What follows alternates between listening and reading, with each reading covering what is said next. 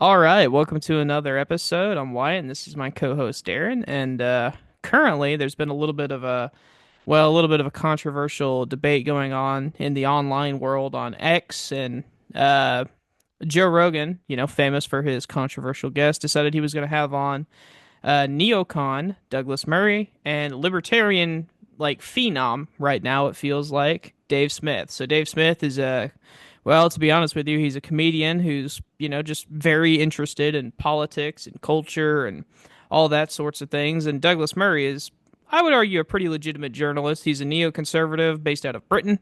He's been everywhere from North Korea to Ukraine to Israel to, I mean, you name it, he's probably been there, covering all the stuff in the whole world. And him and Dave Smith were basically debating this whole idea of, I mean, what it boiled down to me is like platforming on Joe Rogan, where, and Darren, you tell me if you agree or disagree, but it seemed like the first part of the debate was basically Douglas was running around screaming at Joe Rogan for having on completely unqualified people to talk about stuff they had no business talking about. Yeah, that was basically it. It was contentious from the start. I From the mean, jump, man. oh yeah, within the first few seconds, I mean, Douglas Murray, he asked Joe, like, why he's having on people like Ian Carroll and this Daryl Cooper character. And he's really, I guess he takes umbrage with Daryl Cooper's comments about Churchill, maybe because he's British, who knows. But I think the overarching theme of like that podcast was like the credentialists versus the, I guess, independent investigate, or people who kind of get into these subjects as a hobby and then opine on them. And The free thinkers. yeah, oh yeah, the free thinkers. That's a good way to characterize them. And I think in one way, I wonder if it's almost just a case of the British mind versus the American mind.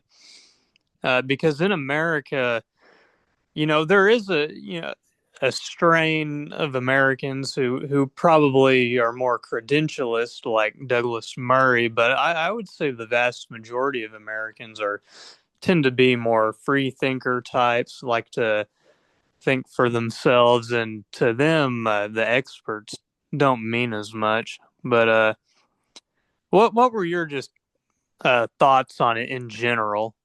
Uh, Well, it was kind of a weird thing for me because I honestly dislike both people on this podcast. I dislike Dave Smith because I think he's naive, and I think that it's not just him, libertarian theology or not theology, politics, ideology. It just doesn't make any sense from anyone's perspective. It's not possible. It's childish to me, actually. Just to be completely honest. And Douglas Murray, I couldn't think of a worse person to argue for like the credentialed side and elitism than him, because like oh yeah, talk he's about he was so he defended all of the worst possible things you can think of: torture, the war in Iraq, the war in Afghanistan. Like when you're talking about like being credentialed, like you should probably bring somebody on who's like who wasn't wrong about those things. You know what I mean? Like, yeah. but I would say there were a couple of different times I agreed with both of them. As much as I hate to say that, but I definitely lean more in Douglas's camp, which is that like experts are there for a reason, and the default should be like probably listen to them, you know? Oh, okay. Well, that's actually interesting because I resonated more with Dave Smith, even though I'm not really too big a fan of his. Uh, for a host of reasons, libertarianism being one of them. But I would say I resonated more with his perspective of just, thinking things, thinking for yourself, credentials I think are important, but uh, I think Dave would agree with this. Like when you see pictures, a new gruesome picture every day from, Palestine, some kid being blown up or something, it just, uh, it means so much more than any excuse that could be given, to explain it away from people like Douglas Murray. But Yeah, and I will agree just to touch on that. Like his whole argument, and this is why I said that like I don't like you couldn't have picked a worse person to argue for that perspective in my mind because like basically Douglas Murray's entire point about why Dave was wrong because he was like, "Well, have you ever even been to a checkpoint or the crossing point?" And Dave Smith was like, "I've never even been to Israel." And Douglas Murray was like, "You've never even been." Like that was a big deal to him, and I was like, "Okay, like you don't have to be somewhere." You know what I mean? Like Out. There are plenty. How many? Have you been to the crossing points? No, When were you last there at all? I've never been. You've never been. Well, am I not allowed to talk about it now? I've never been to. Have you ever been to Nazi Germany? Are you allowed to have feelings about them? You can't time travel, but you Well, can. right. But you can travel. Okay, but so what? So what's the point? Like, No, okay. I find that Lots very... of people have been there and agree with me, and lots of people have been there and agree with you. Yeah, but so I if don't you're know going what to the... spend a year and a half talking about a place, you should at least do the courtesy of visiting it. all right. oh just didn't yeah, it was incredibly stupid. It's not an argument. It's not. I don't understand why he made that point. oh yeah, Um, and if anything, I mean, I think to a degree, I think that if you're looking at like just statistics and numbers online, you can get, in terms of like Palestinian deaths, dismemberments, the amount of food getting in, and the imagery you can see. I think that paints the clearest possible picture. You're not going to be able to ascertain, how much food is really getting in, how many people are dying, how much sickness is spreading just by one visit, one controlled visit, I might add, to Israel and Gaza. Because Douglas Murray, he actually, he did go to Gaza. The IDF like they took him on kind of a tour, I guess. It's he actually sat in. I don't know if you saw the picture, but that Yahya Sinwar, the chair he died in, Douglas Murray sat in it for a photo op, oh, or good at Lord, least. I did not see that. Are you serious? That's disgusting, Oh actually. yeah, yeah, yeah. He sat in it as like Okay. a, I don't know. I guess as a symbol of power, or that's the chair that they purport to be the one that Yahya died in. Anyways, all that to say, I mean, it's fair to say Douglas likely received a very skewed view of what the, war was like, by going there. So, to the extent, any illumination was offered, I by him going there, I mean, I think to a degree, I mean, just looking at it through your screen paints a better picture than going there yourself. In one respect. Yeah, I don't know if I buy that, to be honest with you. Like, I think that, like, being there and seeing how a crossing point is done and all that, I think that can give you, like, additional context to that, like, somebody who's just watching this from their phone in America, they're just not going to understand. You know what I mean? And that's not to say that you can't have opinions about the genocide, obviously, but you know what I mean? Like, I'm not Oh saying, yeah, yeah. I mean, I thought it was absurd the idea that Murray said that like, oh, if you would have just seen this crossing point, then you would understand that this whole time it's actually the innocent children's fault, right? That's why we have to bomb these poor hospitals, right? And like we have to do it. There's nothing we like. That's ridiculous, right? Especially, I mean, Dave said it best. Like, listen, there's people that's been over there that saw it and they agree with me, and there's people who went over there and saw it and agree with you. So like, what's your point? You know what I mean? Like, Oh uh, yeah, definitely. but I thought Douglas made a good point here, though, not to like kind of like slightly change what they're talking about. Joe Rogan does have a problem on his show. And he can platform whoever he wants. It's obviously incredibly successful and entertaining. But I definitely think it's dangerous in the sense that like whenever you have this many like fringe views, they become increasingly mainstream, right? Specifically about like COVID. He's had a bunch of flat earthers on. He's had a bunch of fake archaeologists on, like Graham Hancock, who, uh, Yeah. unfortunately, I grew up with a household that watched Ancient Aliens, and he's on there a lot. And but not just that, like real world stuff that actually matters. So, like if you believe in flat Earth and like the ancient civilization that was Atlantis or whatever, there's no real danger there, to be honest with you. But when you start believing in like COVID denial, like like whenever Obama was a birther, like you remember that whole thing, the Oh moon yeah. landing being fake, and then of course like the Ukraine debacle, and then now Murray is arguing that he's promoting and having on guests that are borderline Holocaust denial, you know? Yeah, and thinking too about the Ukraine thing, I consume some Joe Rogan content, not a ton. I don't listen to him like every week even. So I don't know to what degree this is 100% true, but the impression I get, one of Murray's critiques is that Joe Rogan seems to platform more of the Ukraine critical crowd versus the uh, versus more establishment mainstream thinker, pro Ukraine thinkers.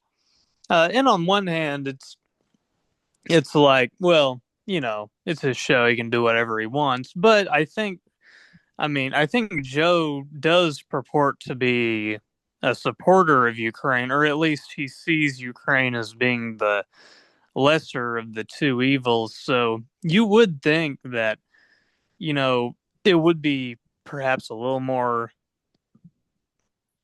responsible to push, I don't know, a more pro Ukraine, bring on more uh, explicitly pro Ukraine guests.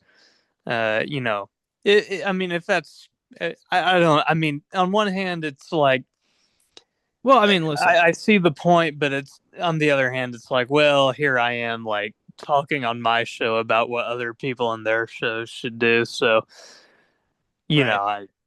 I, I don't know. Right. Well, I I mean, kind of had a, fledgling thought there, but I've kind of, yeah, I don't know. yeah. I'm wishy washy. Yeah, I mean, I don't know. I just think that it's weird. So, like, whenever you've got a guy that has a platform the size of Joe Rogan, right? Um, you have got to be careful about what you platform and promote, right? Whether it's Alex Jones or whether it's, I mean, listen, the fact is that if he didn't have those wacky people on those podcasts, like his show would not be as popular. And I'm not saying that those people made him popular. I'm just saying that like that's kind of what his audience is right now. They're just the ultimate conspiracy theorist for a lot of different things, you know? Like whether it's like I said, whether it's one of those billion different things. You know what I mean? Oh yeah, yeah. I think the conspiracies are kind of what makes, like you said, what makes Joe Rogan interesting because all the other guests are like MMA fighters or like, some kind of like health guru of some kind. And I find those episodes to be really boring. And so this was actually one of the best episodes I think he's had in a long time. Yeah, he I should he should do more of these, honestly. Oh yeah, I kind of get sick of like, the typical Joe Rogan episode where I don't know, it just seems kind of vapid. I mean, that sounds mean because I actually like Joe Rogan. It's just I don't know. There's usually nothing that makes me want to listen to it for 3 hours. Yeah, he should do honestly, like he does a pretty okay job moderating. I thought he did good about like letting them both talk and like he didn't really interject too much. It was mostly just Dave and Douglas going at it. So, I mean, I like that. Yeah. But like, I don't know, let me just ask you this. I mean, do you see a problem with him like platforming like some people like and kind of almost like promoting like fringe views at all? No, I don't have a problem with it. In fact, I wish he'd go further. I Really? think, yeah, earlier I was being a little more charitable, I guess, to Douglas Murray's point of like, maybe platforming the people you agree with if you want to push a narrative. But I mean, that's not really Joe Rogan's thing. So, yeah, I think Joe Rogan should go even farther, and people from the extreme right or even the extreme left, heck, if he wants to do that, that'd be I would find that interesting. I don't think it's interesting to just platform people within the bounds of what's acceptable. I think he should invite on radicals of all kinds. I mean, whether it be communists, fascists, radical That is so feminists or insane. something. This is so crazy. Why? Like why? Oh, it's Um interesting. New points of view. Maybe No, they'll we have don't a need point that'll no, no, no, surprise you. no, no, no, no, no, no, no, no, no, no, no, no. No, because if listen, if Joe Rogan was this like omniscient being, like that would be fine because then he could debunk him in real time. But the problem is that like whenever you have a guy, like let's just say Matt Walsh, right? And you have Hmm. a guy like that on who literally is like, But if they admit that they're wrong, then they're also admitting that they have horribly disfigured and abused thousands, maybe millions of kids. How many people have had this done? Depends on what. I don't think we have exact numbers, but if we're talking about the drugs, I mean, millions. You're talking about hormone blockers. Yeah, Millions of blockers kids have been on hormone blockers. Really? I'm sure someone's going to fact check me on it, but my guess is that we're into the millions now at this point. Yeah, that would be my guess. I could say for double mastectomies, I read a report recently that there were over 1,000 done between 2016 and 2019, and when you compare that to how many were done between 2008 and 2015, it's a massive increase, and over 1,000 girls had gender affirming double mastectomies in that time frame. And when you say girls, you're talking about prepubescent, right? Minors, and that's just up until 2019, and then we know that there's been this exponential increase with all this stuff year over year. So it's a lot. It's too many. Having this happen to one kid is way too many. It's a lot more than one. Yeah, and look, if you're an adult and you want to do that, and you understand who you are and what you are, and this is how you feel you should progress, you're an adult. This is a free country. You should be able to do whatever you want. But when you're talking about doing that to children, the fact that so many people are on board and so many people are angry, if you have people are going to be angry at us that we're having these conversations. Yeah, they will be. And I actually think that this shouldn't be happening to. It's a very small number, if that's right. It says over the last 5 years, there were at least 4,780 adolescents who started puberty blockers and had a prior gender dysphoria diagnosis. It says it's kind of undercounted, but that would be a big less than undercounting. 1,000 people a year. Yeah. Yeah, I mean, I would guess hundreds of thousands at this, but I could be wrong.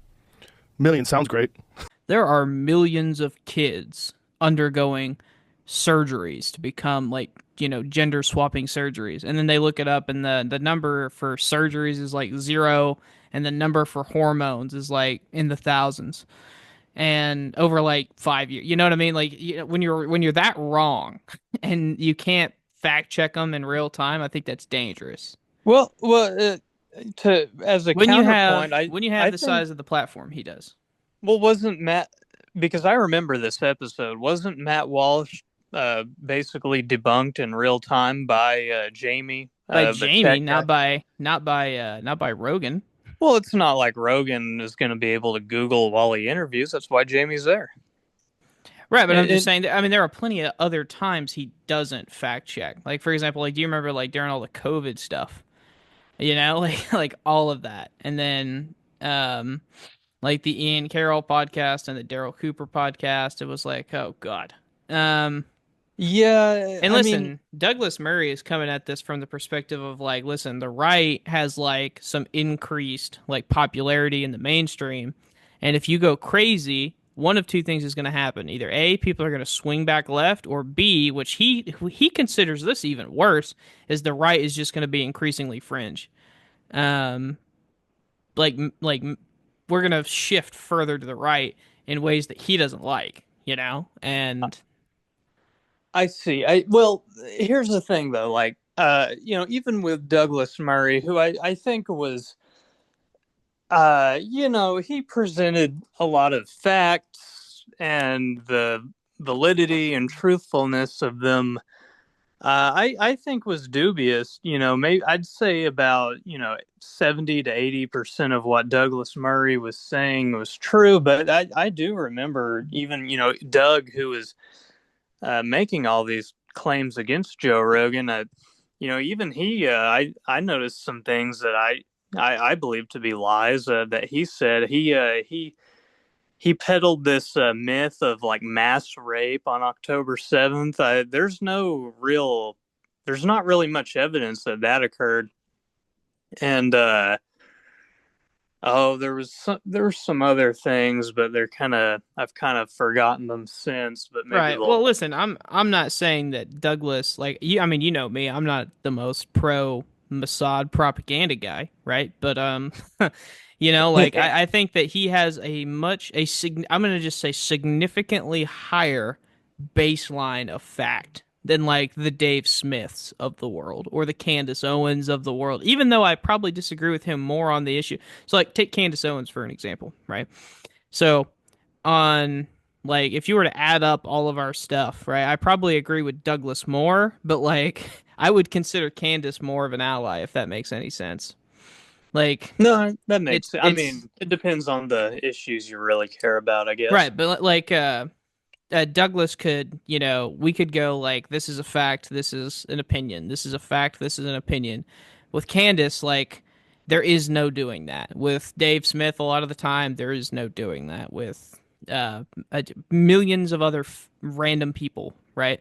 You cannot agree on the baseline of fact, which is what he's worried about, and that's why, hell, that's why he was there, right?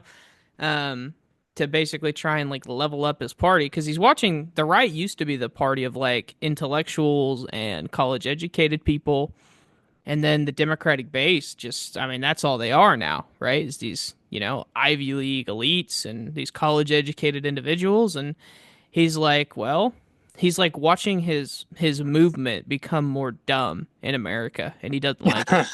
And I don't mean that like I mean that like that's literally true, and he hates it. He can't stand it. Well, in that respect, I guess I do feel for him because trading in your, higher propensity, educated, smart, admirable base for a lower propensity, dumber base, uh, you know, it won the election, but I don't know how good it is in the long run. So, I I have some sympathy for him there. And to the Dave Smith and Candace Owens point, yeah, I'd agree that Candace basically is like I don't even know what you would call it. I guess she pushes tabloid level stories. Like, I mean, Brigitte Macron being a man. I mean, come on. That I was about to bring that up. Like, give me a break, for Yeah, God's sake. exactly. And when you do stuff like that, it's so discrediting to all the other stuff you believe. It's like, are we going to be a serious person, and like seriously criticize like Israel and stuff, or are you just going to be peddling filth? Because honestly, what that does when she pushes stories like Brigitte Macron is a man, it colors everything else she pushes as being totally loony. So it pushes being like anti-Israel or critical of Israel even to this like conspiracy tier thing. Exactly what I'm this is my problem here. So like even guys like for example like Ryan Grimm at Dropsite News, like they have like reporters on the ground live every day reporting exactly what Douglas is complaining about.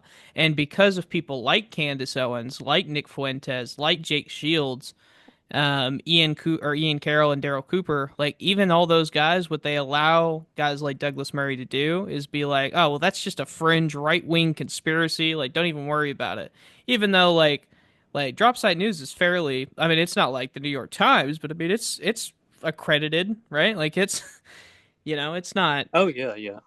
Well, here I mean, I don't consume a ton of Dave's content. From what I saw though on this appearance, he seemed to be fairly credible. And I think Dave and Nick are both intelligent individuals. They seem to kind of relay the facts. Jake Shields, I don't think he's quite. I mean, he doesn't seem quite as intelligent. Certainly, Candace Owens doesn't seem to be honest at all. I mean, I think if you, I think if you're pushing stories like Brigitte Macron is a man, you're just a dishonest actor. Yeah, and Uh, I would agree that like Candace Owens is like definitely a tier above conspiracy wise and like credibility wise, but like Dave Smith, like, and I consume a fair amount. I mean, I'm not this honestly. It's mostly by accident. Like he just talks to everybody. So like he did a, it was years ago a show with Sam Cedar. Like he'll debate literally pretty much anyone. But like specifically like about like Ukraine, like the dude, like he's not big picture enough, right? Like he thinks that Ukraine is literally just a money laundering scheme to like keep the war machine going and kill innocent civilians in Eastern Europe and all of that. And I'm like, all right, well that no, like just flat out none of that's true. You know, when you're that level of wrong, I don't know where to begin. Like, are some people getting rich off of this war? I mean, maybe, right? But probably not, right? Like, I would, Yeah, and that was one and of the things brought up. He said, his defense of why he's so hard on Ukraine, Dave Smith, that is, on this podcast, was that it's more interesting to criticize the people closer to us rather than our enemies who are just de facto bad. So it's more uh, I don't know, intellectually rigorous, I guess, to criticize your allies. But I kind of disagree. I feel like to an extent, all this criticism of Ukraine is just unnecessary, and honestly, I think it does more harm than good. I'd rather I'd rather the right and the left be fully on side uh, right.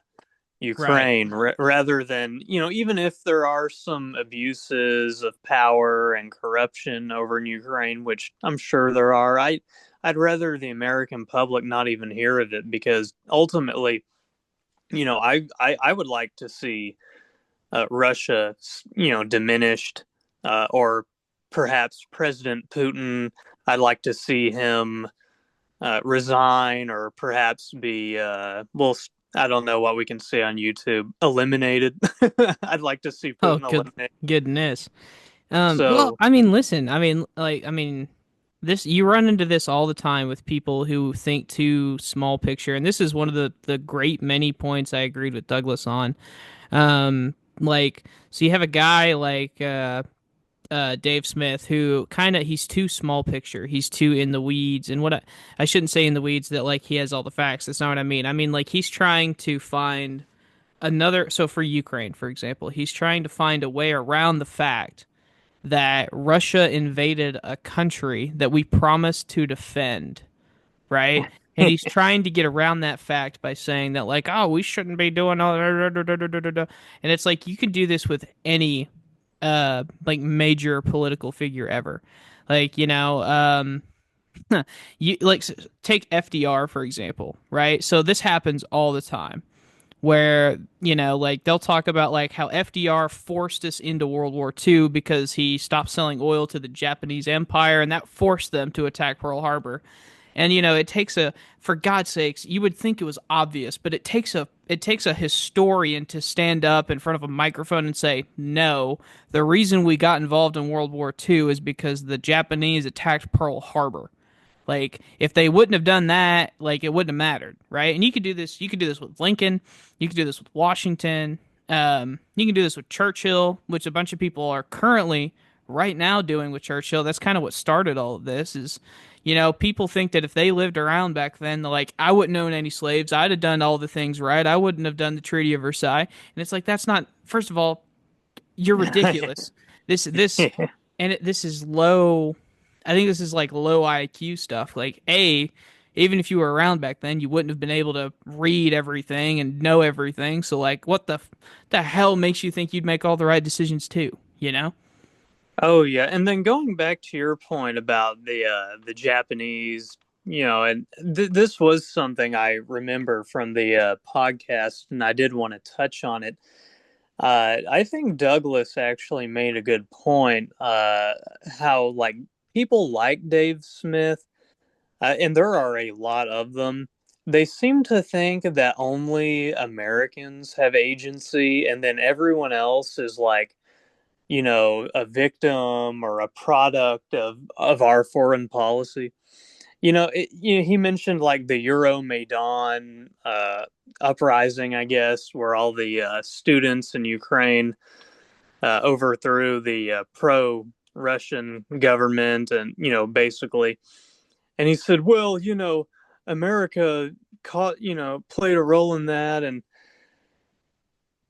it's like, yeah, we support, people who are pro NATO. We support people who are, pro Western democracy. But that doesn't mean that there wasn't already that organic movement. We just gave them a little, gave them a little boost where we could. I Oh, mean, 100%. And I have the same criticism of, I don't know if you know who Noam Chomsky is, but like that's basically all he does in a sentence. It's a noun and a verb, and America did this 30 something years ago, and that's why we are where we are. And I'm like, can we have a little bit more like agency for these other citizens, right? Like, none oh of this yeah, makes any sense, Like, I can see very clear some stuff, A to B, right? But like whenever you have to go to like M N, I'm like, yeah, get out of here. Like, it's ridiculous. exactly. I mean, if anything, the support these people get from America, whether it be the Euromaidan uprising, or even the stuff that happened like during the Arab Spring. I mean, these were organic movements that we might have put some money towards, but it's not. I don't know. It's not like these people didn't want these things. Right, right, yeah. And like this is just like my last thing, and then we can go on to the next subject. But Oh yeah, I think we've. yeah, I don't want to beat a dead horse here, but like at the end of the day, like Dave Smith, he has no respect for credentialed historians, right? And he'll actually go out of his way not to talk to them because he's afraid that he's like, I can't talk to them, they're gonna know everything. Like, well, that's kind of the point, Like, if he could talk to like whether it's like a modern historian or like a Churchill guy or American foreign policy historian, he won't because that's and I agree with Douglas on this. I hate to say it, God, I hate to say it, but I mean at the end of the day, a lot of this stuff is clickbaity, and they're just going to milk it for all the money it's worth because they know it's going to crush online. There is a sect of the population that lives terminally online that is just waiting for content that is conspiracy minded, and they're just waiting every day for the newest thing, whether it's him, whether it's even like Fuentes or somewhere like that, like they just can't get enough of it.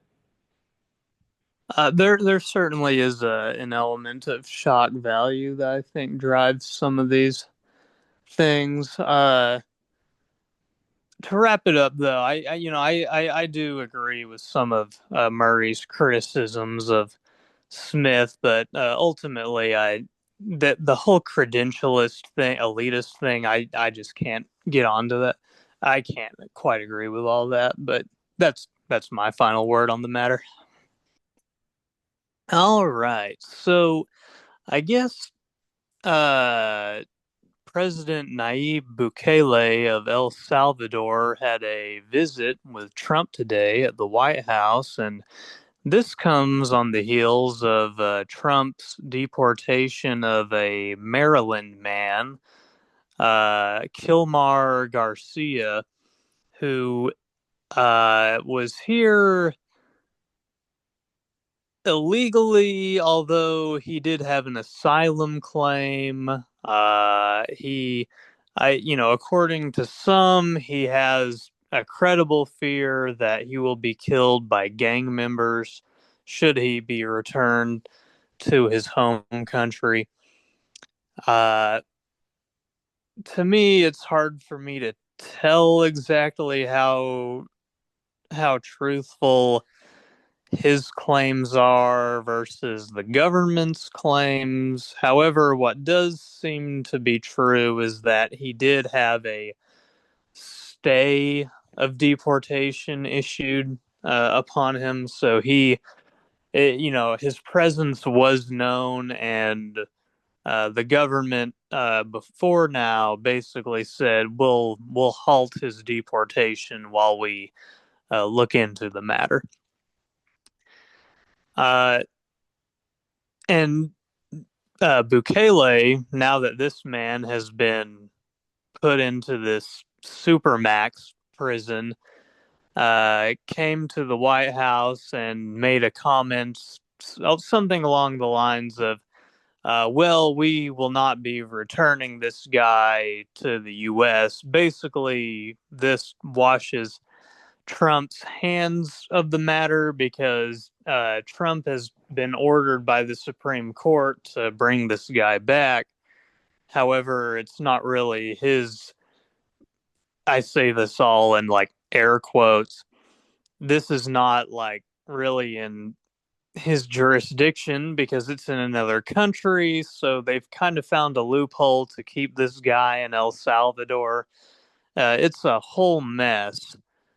But Wyatt, let me. Is there anything you'd like to add to this story? Any context I missed, and then go ahead and give me your thoughts on the matter. And then once you relay to me your thoughts, I'll give some of mine. Yeah, I mean, basically just to give a quick re-summary. So this guy gets pulled over right on the side of the road, and they're letting him know that he's going to be deported, right?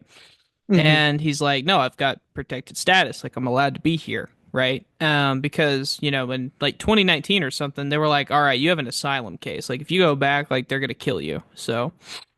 Um, so he has some sort of legal protection, right?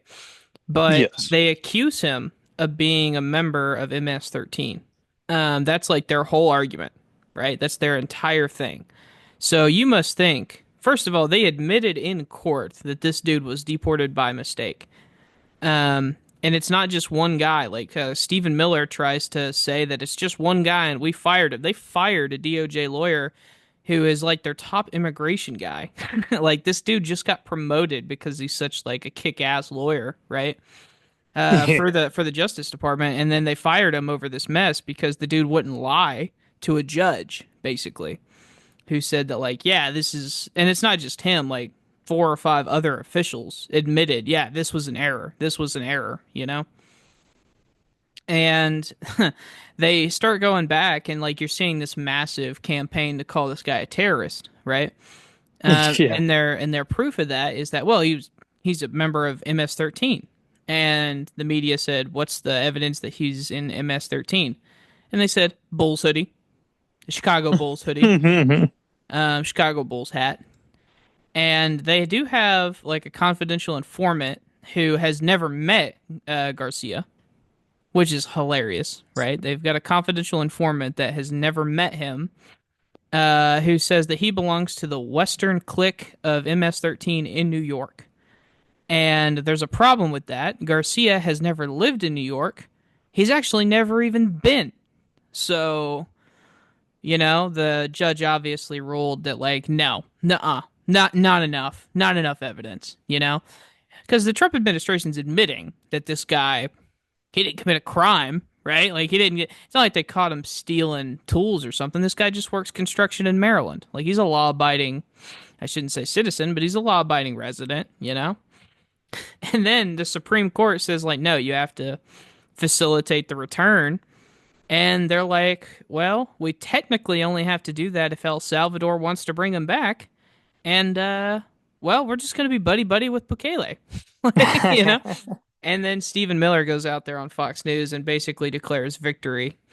That's the go-to strategy. Is they lost 9-0. Like even Clarence Thomas wouldn't side with this, and they were like, "Oh, total victory. Everyone relax." Like it's hilarious.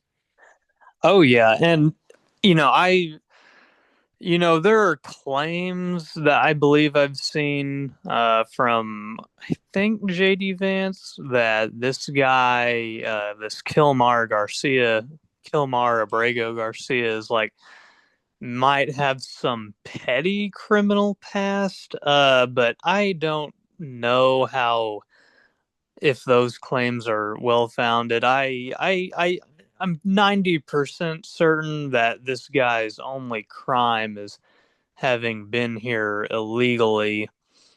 With that being so, on one hand, I actually do feel some sympathy for him because now he's in this prison, and he didn't seem to be a bad guy necessarily.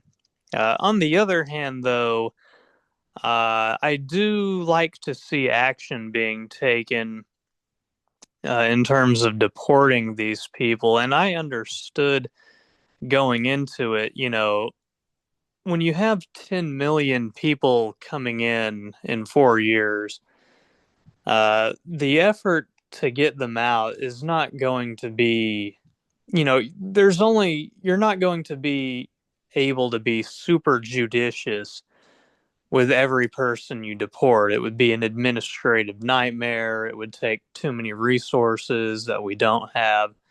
So the logical consequence of that is, well, some, you know, relative innocents are going to be caught up in this process. And that will be unfortunate. But on the other hand, uh, I value deporting them more so than I do like concerns. It's one guy. It's one guy. You know, and honestly, he shouldn't have been here in the first place. So my sympathies are, I do have some, but it's my sympathies are also limited. Yeah, I mean, I'll be honest with you. And he's not one of those 10 million that came in under Biden, right? But um which I know Oh that yeah, doesn't yeah, matter to he's you. been I'm just saying that for the audience, like just to reference that. But you're right, there has been a massive influx into this country.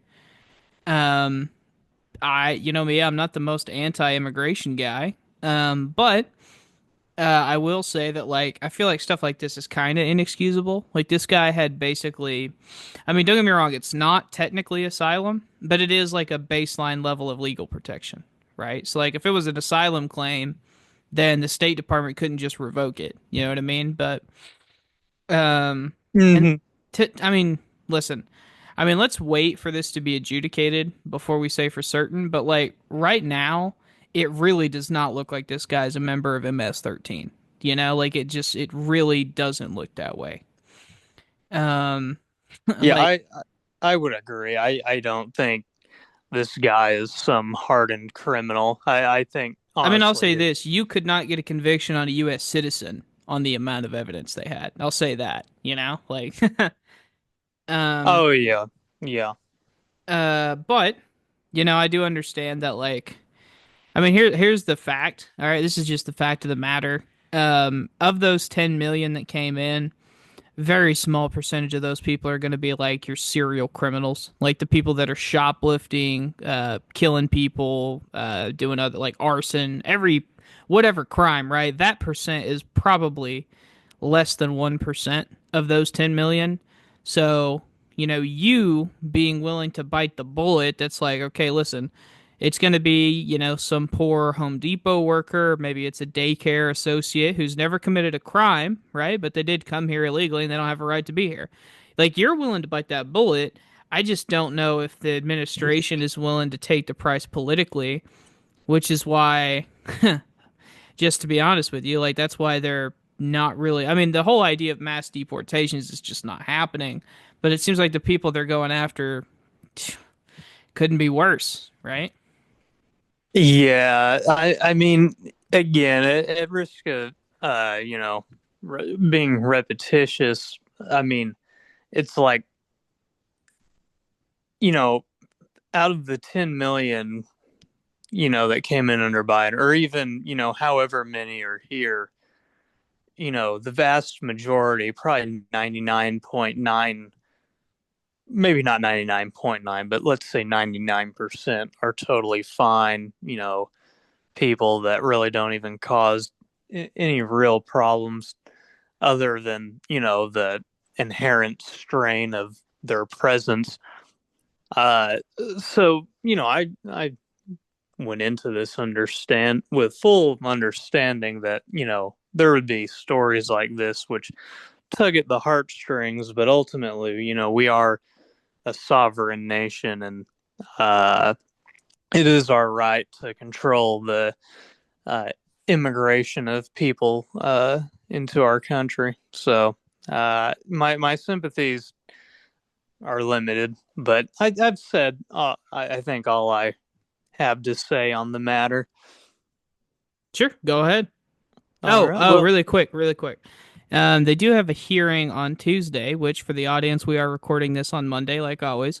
On Tuesday, the judge who said that they have to facilitate the deportation is going to see if they agree with the current standing, which my guess is going to be that they won't, but ultimately it'll get appealed to the Supreme Court again, and the Supreme Court will decide if they want to go the extra step or not. So I'm sure this is the last we'll hear about this.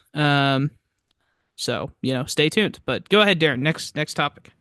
well, thank you for actually providing that context, just so our listeners don't think we left anything out when this gets posted later in the week. But another story I wanted to hit on was the firebombing of Governor Josh Shapiro of Pennsylvania, his governor's mansion. Uh, Really crazy attack. I guess him, his family, or some members of his family, and then some staff actually were asleep in the mansion when this attack took place. And basically, I guess they didn't even get woken up by the fire. From what I've read, they got woken up by some officer of the law banging on the door, telling them to evacuate. But a really crazy story, because I saw pictures of the damage, and it totally destroyed this like dining room area. I guess is what it was. I mean it. I mean, if this fire had spread, it could have caused some real damage. People could have certainly died. And I think it just kind of goes on with this theme that there's been all this maybe political violence, coming about. I mean, on one hand, I don't know if you could call it political. Maybe it's just some lunatic, but these lunatics, they latch on to politics, and that's how they, express their antisocial tendencies. These like acts of violence are like outlets for them. But do you have any thoughts on the matter? Yeah, and I've been saying it for a while now. I've been saying it really since the first attempt on Trump's life. Um, Political violence, and I've been saying it for a long time, is the fact is that political violence in America, because of the polarization, is going to become increasingly more common. I mean, there's just a couple of examples, right? the guy who tried to kill Pelosi, right? You know, Oh yeah, yeah. the people who tried to kidnap Gretchen Whitmer, right? Oh The yeah. Forgot about that. congressional baseball shooting, right? Mm-hmm. Um, which and the reason I'm trying to spread these out, because like this is a pretty like bipartisan thing. Like people are trying to kill or eliminate, I should say. Yeah, that'll be our word. Eliminate these politicians that they disagree with. Like, they tried to take out Trump. They tried to take out Whitmer. They tried to take out, a million other people, right? And this is, unfortunately, at least in my estimation, and I'm not good at predictions, but I mean, I do feel like this will become increasingly common, right? The attempts on politicians. Um, I was curious though, and I haven't read as much about this as you, but do we have a motive yet? Like an official, like, because I know that he admitted that it was him, right? I just Oh don't. yeah. We just didn't get a motive yet. Is that what it is? I don't know. I don't think we have an official motive. As of now, the last I've read, I haven't seen one. However, people have uncovered Facebook posts and more of his internet activity. He seemed to not like Democrats that well, but then there were also posts where he might not like Republicans either. So it's hard to say. He's kind of a enigmatic character, kind of like this guy who the first attempt on Trump's life. I forget I forget his name, but his politics weren't all that clear either. So I think it's kind of a similar case, but maybe we'll learn more about this guy than oh, was it Crooks? Was that his name? Yeah, Crooks? yeah, something. Yeah, that sounds right. Yeah, maybe more will be uncovered about this guy since he's alive and everything. Who knows? But I think honestly, anytime these violent, whether it be a mass shooting or attempted assassination, I think these are typically I most of the time I think it's just these people who have totally gone off the rocker and they're just latching on to politics or something as like an expression of their discontent, and they're just taking it to violent extremes. I don't know. I don't think it's really indicative of like the rhetoric on any one side or anything. So I don't like when people try to use it as like a tool or something as a gotcha for the other side. But Yeah, I'm not really a fan of that either. Um, I feel like both sides have contributed to the fanning of the flames of pissing people off, you know? oh yeah, there's plenty of blame in that regard to go around.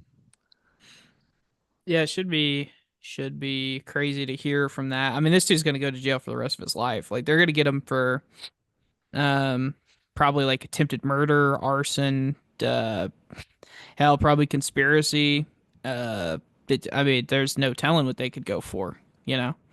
Oh yeah, yeah. I don't think this guy will ever find himself outside of the jail cell for the rest of his life. So at least one crazed lunatic is off the streets. But yeah, other than that, I don't really have much of an opinion on it. It's just kind of remarkable that all This this is where we violence are, is you know? becoming so commonplace. Yeah.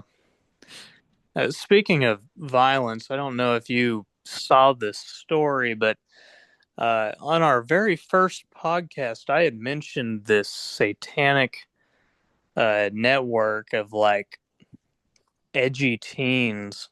Uh, Hmm. and it seems another one of, they're called like the Order of Nine Angles or 764. There's, I guess, factions within these edgy satanic networks. But anyways, this story came out. This guy, he killed his parents uh, in order to, I guess, obtain funds so that he could kill President Trump. Like this guy Nikita Kasap, he Mhm. was found after somebody did a wellness check on his parents' house and found them dead. He was found, I believe, in their SUV with like $14,000 in cash, a gun. I believe he was found to have purchased a drone, and he was like looking up how to make like one of those drones from Ukraine or something where they blow up upon impact.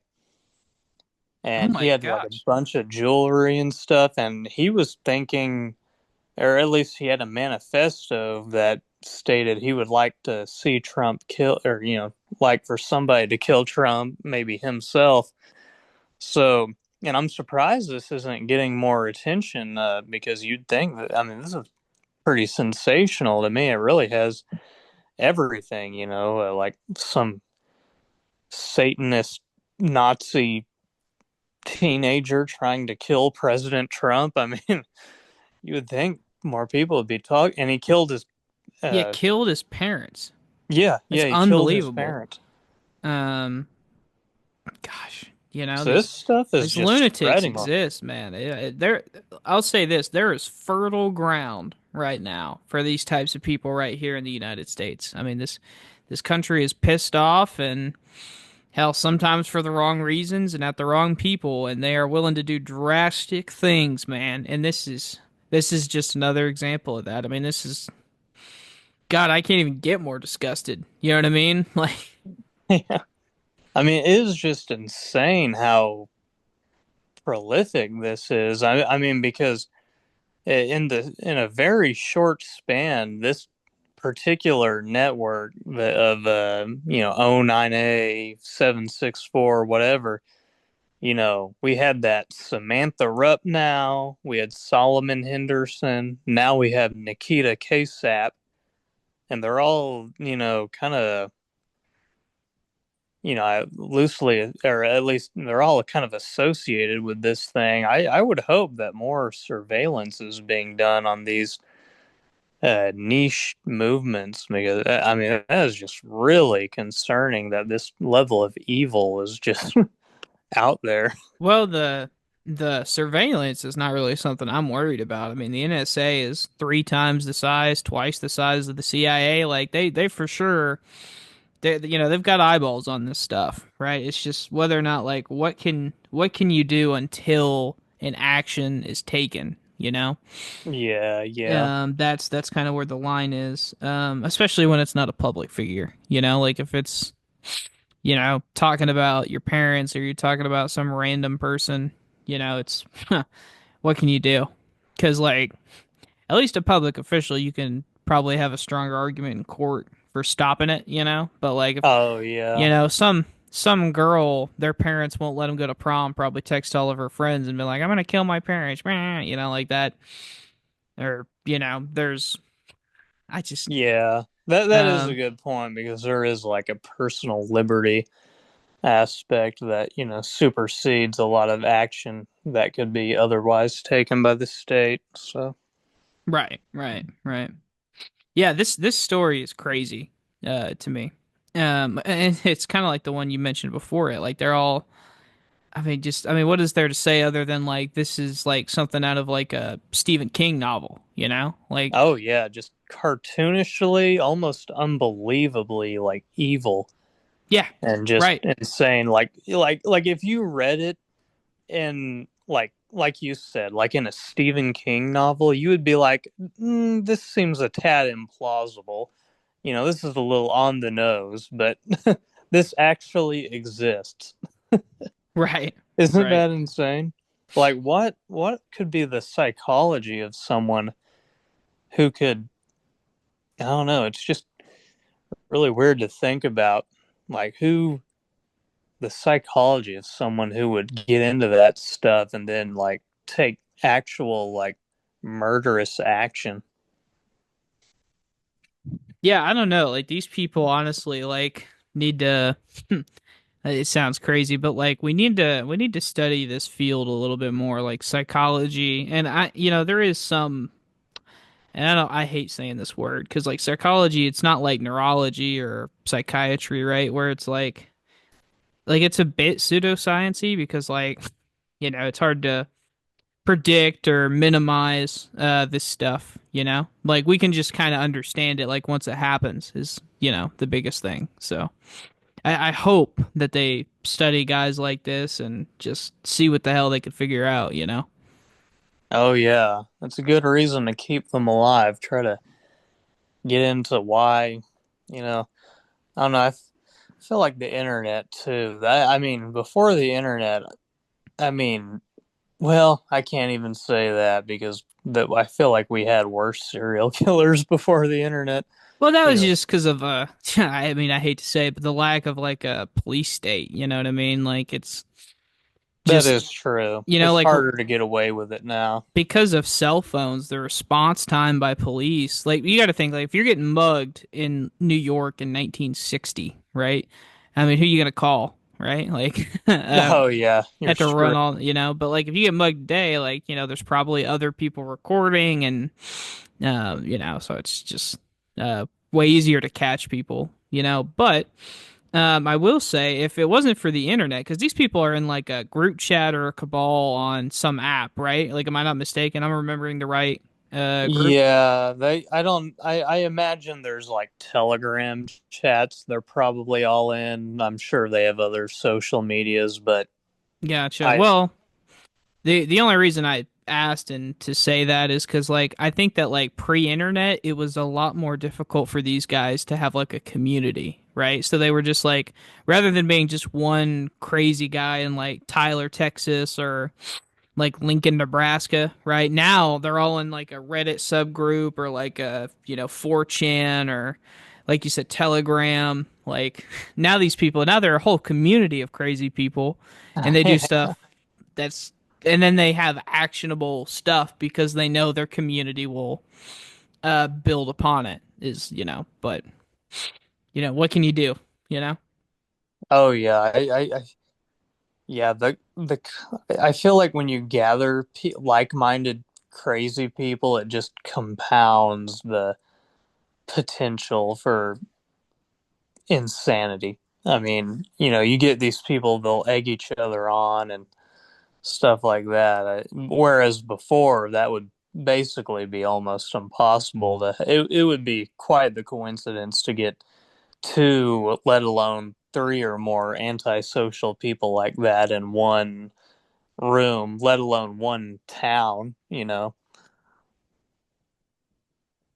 no, I agree. I agree.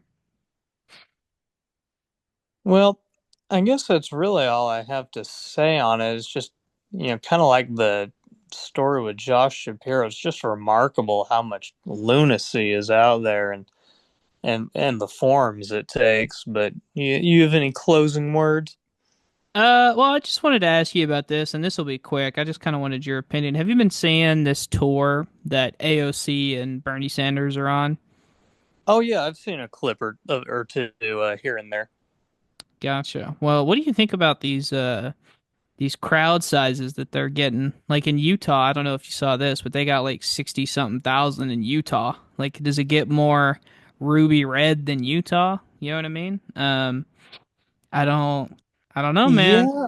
I can't. Like, what is your thing? Well, I think there's something there. I think there's something there. I still think we're living in the backlash to the woke era. So, you know, I still feel like the vibes are still behind the Republicans, but, there very well could be a reckoning in 4 years' time. And, there's certainly a lot of energy on that side. However, I will say, no matter what state you go to, there are going to be a whole lot of blue people, but I mean, to to go to an event, to care enough to go to an event. I mean that does, that is symbolic of uh or it does signify quite a bit of momentum, I would think, to for people to show up to an event. So there might be something there. I haven't quite decided. How about you? How about you? Are you optimistic? I take it. A little bit, and not on the national stage yet. Like, I'm not saying that like this means that like rather an AOC or a Bernie is gonna run in 28 and win. Like, it's way too early for that kind of nonsense. But I do think that the fact, I mean, like, I mean, they're as pretty mainstream, like far left as you can get, you know. And the fact that they're becoming increasingly popular. I mean, like you said, it's it's April and they had this, 3-day event and they're drawing crowds up to 60,000 people in red places like Utah, right? Like, Mm-hmm. I mean, that shows to me at least that the Democratic like party is going to be pushed further left economically. Because like, I mean, I don't know if you would agree or disagree, but like they're not like the most woke, compared to like the squad, like the other members of the squad, or I don't think that they're as left as you can go and still be like mainstream successful, in my opinion, and that's where we should go, you know.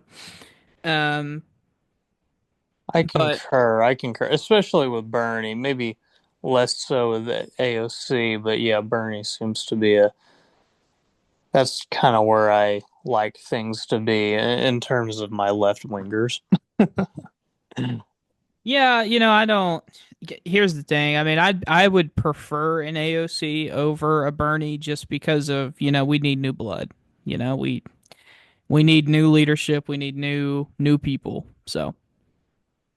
I welcome the what would you call that? A gerontocracy or a gera? I don't know. I welcome the role of the boomers. Oh, I good lord. value their wisdom. Oh, no, good lord. no, I'm playing. Honestly, I'm getting a little sick of Trump's boomerisms. Honestly, Yeah.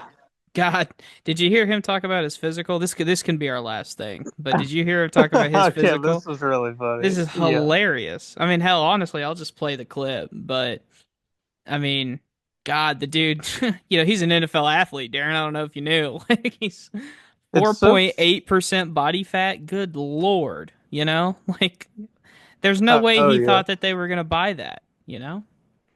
It's so funny because it's almost. I mean, this is something I would kind of expect out of like North Kim Korea, Jong really. Un, right? Yeah, just totally over the top, ridiculous, fake, but I mean, ultimately harmless and funny at the same time. So it's like, okay, if that's what he wants to put out to the world, so be it. It's it's very funny.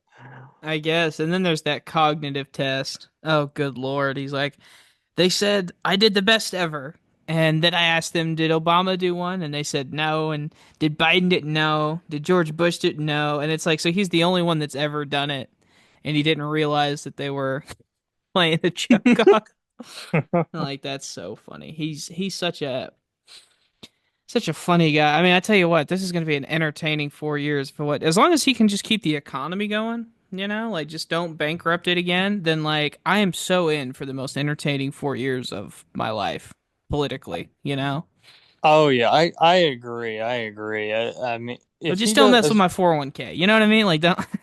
yeah, as long as I'm not materially worse off, whatever. Because I mean, I'm even seeing some somewhat positive developments in terms of the other things I care about, like avoiding war with Iran. I think there's been some minor progress there. So, things seem to be going back to a good direction. So if it continues, I'm excited for it. Yeah, I mean, I just want to laugh the next 4 years, as much as I can, because that's the only way I can cope with it. So, but I'll give you the final word. and we'll shut this puppy off. Oh, well, I think that's all I have to say. I just remarking on how crazy a world we live in, and I'm excited for the podcast we'll be able to make in the future. All right, rock on.